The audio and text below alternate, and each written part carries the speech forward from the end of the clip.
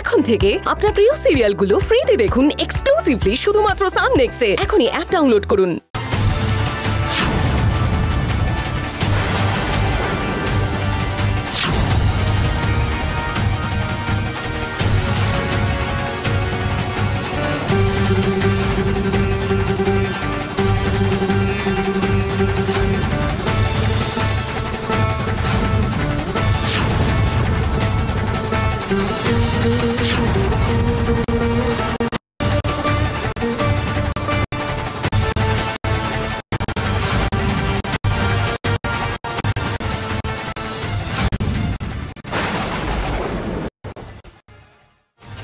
অলক্ষণে কাণ্ড, বিয়ের কোণে যে নিজেই গায়ে হলুদের বাটি ফেলে দিল।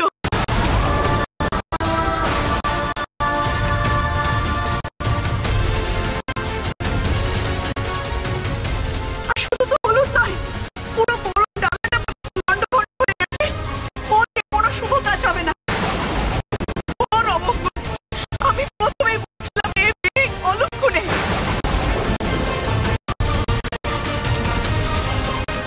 আমার কথা কেউ শুনলে তো ঘন্টা কর্ণ কপালে যে কি আছে কে জানে।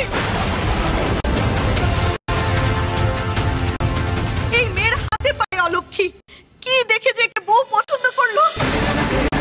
দিদি দিদি দয়া করে আপনি রাগ করবেন না, এটা এটা নিছকই একটা দুর্ঘটনা।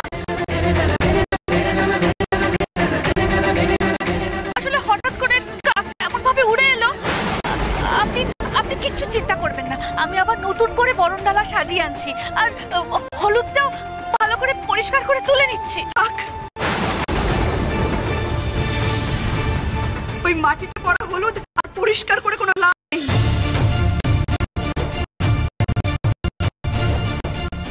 আমরা চললাম। এখানে আচার নিয়মের নামে যে কি অনাচার হচ্ছে তা তো আমি নিজের চোখেই দেখে গেলাম। যত বেশিক্ষণ থাকবো তত বেশি খুঁত চোখে পড়বে। চলো তোমরা। না দিদি, দিদি কথাটা শুনুন, এভাবে যাবেন না দিদি, দিদি, দিদি যাবেন না। সই শুভ দিনে এইভাবে চোখের জল ফেলতে অকল্যাণ নয়। অকল্যাণ, অকল্যাণ কমলা, আমি তো অকল্যাণেরই ভয় পাচ্ছি।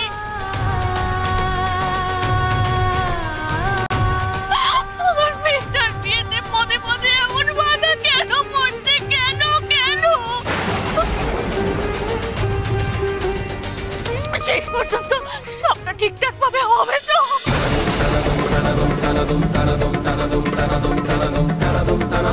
কেন এই বিয়েতে বারবার বাধা পড়ছে?